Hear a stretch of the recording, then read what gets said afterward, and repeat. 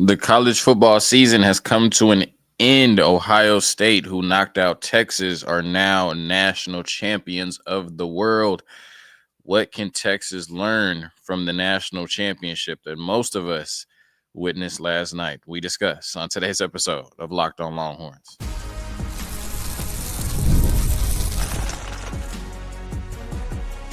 You are Locked On Longhorns, your daily podcast on the Texas Longhorns.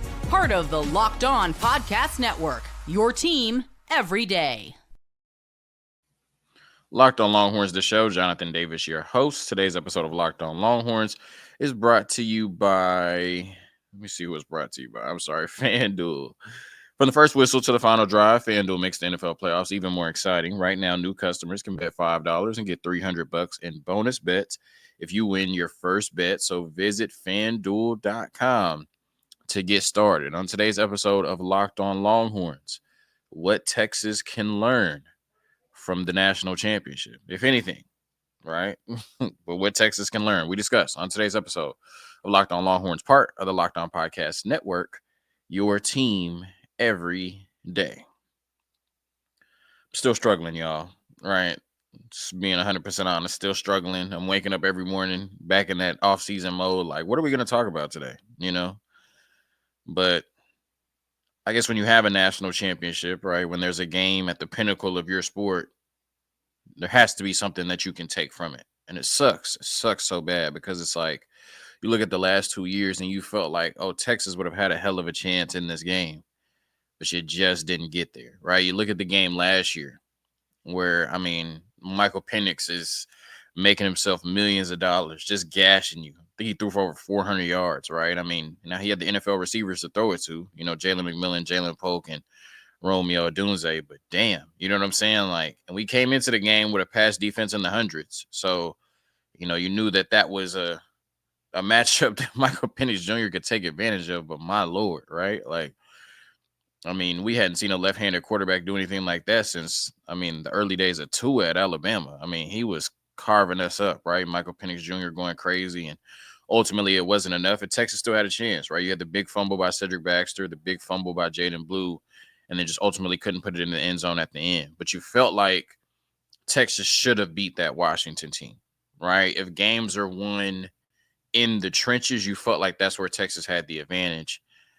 And just couldn't get it done against Washington. But then you looked at that next matchup against Michigan, and you said Michigan is a running football team with Tavondre Sweat and Byron Murphy. We had one of the best run defenses in the country.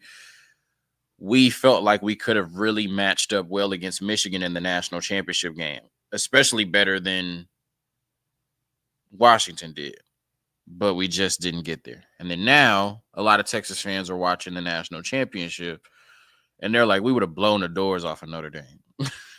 Right now, I know it was easy to say that when it was 31-7. Notre Dame showed a little bit of fight towards the end. But nonetheless, even I, right, the more conservative Longhorn fan when it comes to those type of takes, is watching the game like, yeah, we would have beat Notre Dame, bro. Like, there's really no doubt in my mind. Whatever Texas team, whatever flaws this Texas team may have had, throw those out the window. Texas would have matched up, lined up, and been able to beat Notre Dame last night in the national championship. But you ran into the buzzsaw that was I'm going to give them the respect because they're national champions, the Ohio State, and you weren't able to get there. So it felt like in back-to-back years, Texas would have had the advantage in the national championship game, but failed to get to the national championship game. So what can Texas learn from this, right? Because now Texas has these scars of getting to the semifinals, getting close enough, being able to smell it, being able to taste it, and not bringing it home. What can Texas learn from what we saw last night and this overall experience to be able to get here and finish the job next season? That's the theme of today's episode. Once again, no notes. There's no real structure. I'm just talking, hoping I can get to 20 to 30 minutes, right? If I got to start talking about my personal life, you know what I'm saying? I will. I don't know. We're going to see. I'm a yapper, though, so I should be able to get to 20 to 30 minutes. When I looked at that game last night going into it, I'm like, yeah, Notre Dame they're a good team. you know, Notre Dame's a good football team, right? They're well coached. Um, they do some things well, right? But you just looked at that matchup, and I don't even know what the spread was, right? But you look at the matchup, and you were just like, "But Ohio State's different, right? Like Ohio State's probably more talented at every position. They've had the tougher schedule, regular season and postseason. They're more battle tested, and it just felt like the only team that could get in Ohio State's way was Ohio State, right? And then you know Notre Dame comes out like with the fight of the Irish, literally. You know what I'm saying? Like they come out with, I think a damn near like maybe it was like an 18 play drive, something like that. I mean, Riley Leonard, your quarterback, carries the ball 9 times on the opening drive, 9 times. But hey, it's the national championship game. You got to do what you got to do to win it. And they scored a touchdown, right? Opening drive came out, boom, boom, boom, boom, boom, boom, boom. There's a little bit more than that, but 18 plays, like it's crazy. And he's walking around clearly dehydrated, like clearly out of it, throwing up on the sidelines. I'm like, damn, you know what I'm saying? This is what it's gonna take to beat Ohio State. Like, we was talking about putting Archman in there for a couple of plays. Like, it's gonna take 9 carries on the opening drive from your quarterback, but nonetheless, vomited and all, right? They went up 7-0.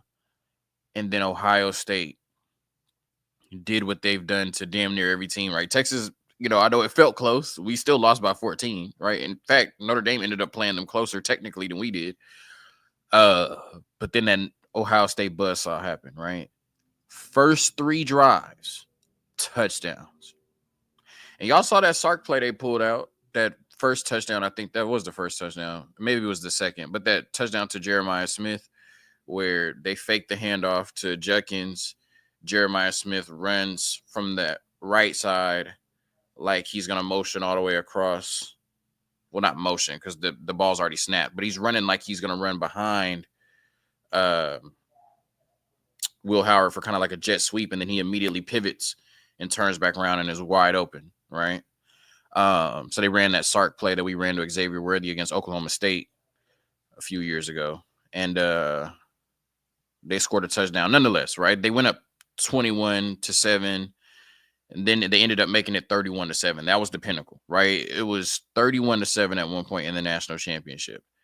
And so we had, Texas fans was going crazy with the takes. Like, Nash is talking about reseeding the playoffs once we get to the semifinals. Everybody's talking about we knew Notre Dame didn't have a chance. Everybody's talking about Texas and Ohio State was the real national championship, which I said beforehand. You know what I'm saying? But then Notre Dame showed the fight of the Irish, right? You know what I'm saying? And it came back and made it interesting. Ended up making it 31-23. And then a big, 56-yard play to Jeremiah Smith. A field goal later. It's now 34-23. Notre Dame has no chance. Ohio State is the national champion. So you looked at everything they did this offseason, and I'm going to get to Texas in the next segment. I'm sorry. I said I was going to get, having trouble talking, right? It's already 8 minutes in. I haven't even mentioned the Longhorns damn near. But you look at what they did this offseason, right? Recruited really well. Obviously, it's Ohio State. They're always going to do that. But then you bring in Will Howard, your starting quarterback. You bring in Caleb Downs, your leader on defense, your safety. You bring in Quinshad Judkins, right? One of the best running backs in the country. And they were able to build a championship roster through NIL in the portal, right? They had really good players already from recruiting, but they were able to build a championship roster through NIL in the portal. And just frankly, Notre Dame couldn't compete. I don't know if it's because the boys actually got to go to class or what it is, but Notre Dame just couldn't compete. Just like Texas, Oregon, and Tennessee couldn't, right? Like, it just felt like this Ohio State team was destined to win a championship. And that loss to Michigan probably messed everybody up. Because if they would have rolled over Michigan and came into the playoffs, maybe they would have been feeling themselves. Maybe they wouldn't have been as detailed and as in touch with the goal, as locked into the goal as they were. But once they lost to Michigan, like once Ryan Day's job was on the line, once Ohio State looked like they were in for a collapse of epic proportions, they flipped that switch and reminded everybody in college football, we just got more talent over here than y'all do. It's a little bit different over here than what y'all got right now. And Ohio State won the championship. So based on what we saw last night, What can Texas learn to be in this position next year? I promise I'll get to that in the next segment after a quick word from our sponsors. All right, today's episode of Locked On Longhorns brought to you by Prizepicks. This message is brought to you by Prizepicks, the place to get real money sports action. With over 10 million members and billions in winnings, Prizepicks has changed the game in daily fantasy sports, whether it's the playoffs or regular season. Prizepicks has made it easier than ever to win big while enjoying all the football action. Now it's playoff time, and there's no better way to get in on the action than with Prizepicks. Here's how it works. You simply pick more or less on at least two players. And if your picks hit, you can win up to 1,000 times your cash. Yes, that's right, 1,000 times your money just by making a few simple picks ready to run your game this football season. Download the app today and use code LOCKEDONCollege to get $50 instantly after you play your first $5 lineup. That's right, $50 just for playing. Don't wait. Take your game to the next level with Prizepicks. Prizepicks, run your game.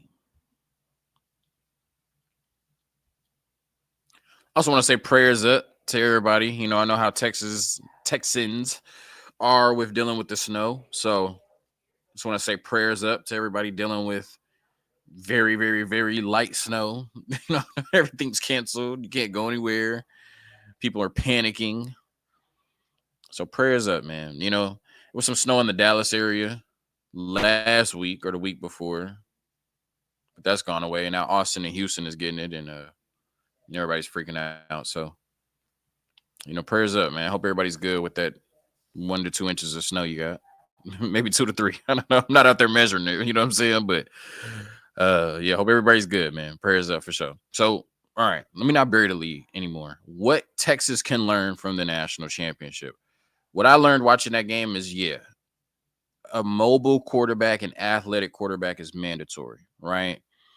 Because I had talked about it on yesterday's episode. I'm not trying to sound like a broken record, but I'm like, okay, what do these two teams have that Texas doesn't have? I was trying to figure it out. Like, what is it that Texas can't do or isn't doing to get over the hump? And then I'm watching that game last night, and like, it's apparent that you need that extra dimension to your offense to be able to compete at this level. If Texas wants to get to the playoffs, if Texas wants to get to the semifinals, cool. You know, put another Quinn Ewers out there. And that's no disrespect to Quinn, but it's like, obviously, that in this era of football, being that immobile with an I, being that immobile is a liability, right? It just is. And you look at that game last night, right? And obviously, like I said, how it starts, Riley Leonard runs the ball 9 times on the opening drive to score a touchdown. Do you want your quarterback doing that? Of course not. But he had the ability to do it, and it put points on the board and gave Notre Dame an early lead, right? His ability to use his legs was something that Notre Dame could lean on to score points in the biggest game of the season. And then later on, of course, he ran more. They had to get into like a lot of passing, you know, because they were down so much. They were down 31-7 at one point. Ohio State scored 31 unanswered points. But even then, when they obviously had to pass, right? When Ohio State was pinning their ears back and saying, we're just going to come after you. We know you're going to pass it. We're just going to come after you, right? No more of that running around and all these carries, all this read option, all that. Like, you have to pass the ball. There were times where the Ohio State pass rush got there. Watching that game last night, there were times where the Ohio State pass rush got there, but Riley Leonard was able to escape it. Riley Leonard was able to escape sacks, escape pressure, get out the pocket, roll left and roll right, and still make plays, whether it be scrambling for a first down or giving his receivers more time to uncover and making a play. There were times where the Ohio State pass rush got there, but they weren't able to get the sack because Riley Leonard was able to evade the pressure. So not only when you're an athletic quarterback are you able to just run the ball and pick up yards, but you can help out your offensive line by being able to make something happen when nothing is there. We didn't see that with Quinn. Whenever there was pressure on Quinn, he was on the ground. Like, you know what I'm saying? If the defense got there, they just got there. That was it. You know what I'm saying? There was no shake and bake. It was no making anybody miss. It was no, I'm going to evade the pressure. you just got there. You won. He's down. You know what I mean? It was damn near like two-hand touch when the pass rush got there, right? Then you look at Will Howard, because I'm like, okay, he had 7 rushing touchdowns throughout the year, and he made that crucial 4th down run against Texas, but he wasn't, they weren't just out there using him like Riley Leonard, right? Like, he was only running if he have to. Granted, when you have 3 NFL receivers, your 4th string that comes off the bench is probably going to play in the National Football League as well. You don't want to have to, run the ball with the quarterback too much, right? You could put it in the one of their hands. But nonetheless, we saw last night, right? Like, it's the national championship game. I'm playing against a team in Notre Dame who plays a ton of man, right? They play a ton of man coverage and they blitz a lot. If there's an opportunity for me to run, I'm going to take it. And we repeatedly saw him take off for 10, 15 yards, which, gave Ohio State another dimension to their offense and allowed them to score points, right? Like, he put them in position a lot of times to end their drives with points, because when there were opportunities there, he could pick up 10 to 15 yards. And you're looking at an Arch Manning coming in next year. And yes, like, it's well documented what he can do throwing the ball. But that is something that he is going to bring to the University of Texas that we just didn't see with Quinn, right? His ability to take off and pick up. I mean, we've seen him run for 67 yards? But his ability to pick up those 10, 15 yards here at a time, his ability to make you defend that via the read option or, the option plays in the background, in the backfield, excuse me. And then also, like I said, if your left tackle gets beat, if your right tackle gets beat, it happens. It's football. If there's pressure up the middle, Arch Manning, I can see that. Boom, I can get to the left, extend the play. Boom, I can get to the right, extend the play, right? It's not over the second that there's pressure on me. I can make a play with my athleticism. We saw that with Riley Leonard last night. We saw that with Will Howard last night. It is mandatory at this level of football. That's something that Texas will have next year with Arch Manning. Another thing I felt like I learned from the national championship is you need that guy on the outside, right? Like, you need to win at this level, NFL receivers at that level, NFL playmakers. And it sucks because it's like, okay, we had that last year, right? And I felt like Matthew Golden is a really good player. I feel like he's a really good NFL player. I mean, really good college receiver. I'm not sure what his NFL future is, right? But I saw some stuff I really like, just his toughness, his character, his ability to run routes, strong hands. We saw him making one-handed catches. Like, I think he's one of those more underrated receivers that's going to have a really good career in the National Football League. Maybe not a superstar or a star, but just a really solid receiver, right? And then Isaiah Bond was just hurt, right? Like, I don't know what you're going to get from Isaiah Bond, and Ryan Wingo and DeAndre Moore are talented, but they're not ready to be that guy on the outside that you can just say, okay, man, zone, press man, blitz, third down, first down, 3rd and 5, 3rd and 15, 2nd and whatever. Like, that's my guy. I'm going to him. Like, the game is on the line. I'm going to him. Did we have that guy this year? And it probably was Matthew Golden, but then he got hurt in the Ohio State game, right? But you need that to win a championship. And it sucks because, like I said, last year we had that, right? Like, we had Xavier Worthy and Adonai Mitchell and Jordan Whittington, and you weren't able to get it done. But to me, that's what you need, all right? It's cool to have a very talented receiving corps, right? It's cool to have a bunch of options, but you need that guy. Like, even with Georgia, it was Ladd McConkey and Brock Bowers.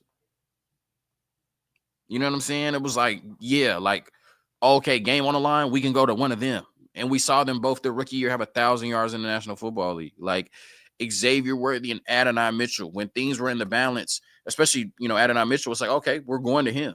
Like, period. Any situation. Like I said, man, zone, press, whatever you want to run. Like, zone blitz, disguise, cool. I'm throwing it up to Adonai Mitchell. And it felt like watching that game last night, that really kind of told the story, right? Like, Ohio State was able to create separation because they could go to Jeremiah Smith. Like, we have Jeremiah Smith and y'all don't, right? It just feels like Texas didn't have that all year. Even when you started going to Matthew Golden, It just didn't feel like Texas had that one guy that was just like different than everybody on the outside. Like that one guy that could just beat you no matter what you threw at him, right? And like I said in that game, Ohio State was like, okay, we got Jeremiah Smith. We're going to Jeremiah Smith. We need a big play. We're going to Jeremiah Smith. Oh, Notre Dame has made it close. Oh, it's 3rd and 11. Okay, we'll just throw it up 56 yards. One-on-one. You want to play Jeremiah Smith one-on-one? 56 yards down the field to seal the game. Like, that's the luxury of having a player like that. On the outside, an NFL player is one-on-one, 3rd and 11, my season on the line, 56 yards to Jeremiah Smith. Game. You know what I'm saying? Like literally, like, and then you look at Notre Dame trying to get back in the game. And who did they go to? The kid from Austin, another kid that Texas should have gotten, another kid that should be in the burnt orange and white, and decided to go out of state. And we were all like, why the hell is he going to Notre Dame? Playing in the national championship, making plays, right? Jaden Greathouse looked like that guy on the outside for Notre Dame. When they needed to play, when they needed to get back in the game, when they needed a big play against Penn State last week, it was, we're going to Jaden Greathouse. Regardless of your coverage, regardless of what you throw at us, we can go to Jaden Greathouse. And it just felt like for the majority of the season, Texas didn't have that. Like I said, I know Matthew Golden was really, really good for us down the stretch. And maybe he was that guy, and maybe him being hurt is one of the biggest reasons we lost against Ohio State, even though he came back in the game. But it feels like once you get to this spot, you need that one guy on the outside that, regardless of what the defense throws at you, can be that guy for your quarterback that they can go to in any moment. So those are two biggest things I learned, right? We need an athletic quarterback, which we have, and we need that guy on the outside. And next year, we're going to have a very talented receiving core, but somebody's going to have to be the alpha. Whether it's Ryan Wingo, whether it's one of those true freshman wide receivers, somebody's going to have to be the alpha. Because when you get in the moments like that, I'm taking my chances with guys like Jaden Greathouse and Jeremiah Smith against anybody. And we saw that last night and over the last couple of weeks. Even though Jeremiah Smith had one catch for 3 yards against Texas, you saw what he did in the playoffs. Like 95% of the time, it was, I'm going to Jeremiah Smith and he's going to win. And I know that. And that does a lot for your quarterback and your offense. Quick word from our sponsors. And I don't know what I'm going to talk about after this. But, you know, I owe y'all another segment. So here we go. All right, today's episode of Locked On Longhorns also brought to you by FanDuel. From the first whistle to the final drive, FanDuel makes the NFL playoffs even more exciting. Right now, new customers can bet $5 and get $300 in bonus bets. If you win your first bet, that's $300 to keep the action going. The FanDuel app is easy to navigate, and the variety of bets keep every game exciting. Plus, when you win, you get paid instantly. No waiting around for your winnings, whether you're betting on your favorite team or just looking to add some extra excitement to the playoffs. FanDuel has you covered. Just visit FanDuel.com to join today and get started with $300 in bonus bets. That's FanDuel.com. Make this playoff season unforgettable with FanDuel, an official sportsbook partner of the National Football League. So my final thoughts, as I say all of that, you know, a lot of people have talked about way too early rankings and who is the team to beat coming into next season. And I think Texas is in that position, right? There's some teams that are going to look really good next year for sure. But I think you look at what Texas has coming into the season and you come in with Arch Manning, right? Who's going to be a Heisman favorite, one of the best quarterbacks. You're bringing back Cedric Baxter, Jarrett Gibson, Christian Clark should be healthy, right? You're going to have a strong running game. At receiver, Ryan Wingo, DeAndre Moore, you know, plus all of the receivers we've recruited over the last 2 years, right? You're going to have some guys. At tight end, you're going to have some guys, right? Offensive line is going to be a question mark. You do have a known commodity in DJ Campbell. We've seen Trevor Gooseby, you know, 5-star, and Brandon Baker. Usually those type of players turn out. We'll see, you know, trust Kyle Flood with my life. Cole Hudson, you have somewhat of a known commodity, and then you would expect one player to be able to come in and be really good for you. And then on defense, it feels like you're returning, 7 guys? You know, Michael Taft, Malik Muhammad, Jalen Gilbo, Anthony Hill, Leonga Lafau, Colin Simmons, Trey Moore, you know, Ethan Burke, Colton Vasek, amongst others. You know, you got players like Kobe Black, Derek Williams, Jelani McDonald, you know, so many great players on that defense waiting in the wings. And based on what Pete Kwiatkowski has done the last 2 years, you would expect that this really would still be a really good defensive unit. So I'm looking at the Texas Longhorns, and they should be in this position next year. They should be one of the favorites to win the national championship next year. They have everything they need. You want to continue to use the portal and NIL, but they have everything they need to be playing on the last Monday of the college football season next year. What is it that's going to be able to get them over the hump? That remains to be seen, right? We got to go out there and play the games. But if you look at Texas on paper right now, like it has been going into the last 2 seasons, they have everything they need to be able to get over the hump and win their first national championship since Vince Young shocked the world against USC. Thank you for tuning in to another episode of Locked On Longhorns, part of the Locked On Podcast Network, your team every day. Hook 'em. Peace.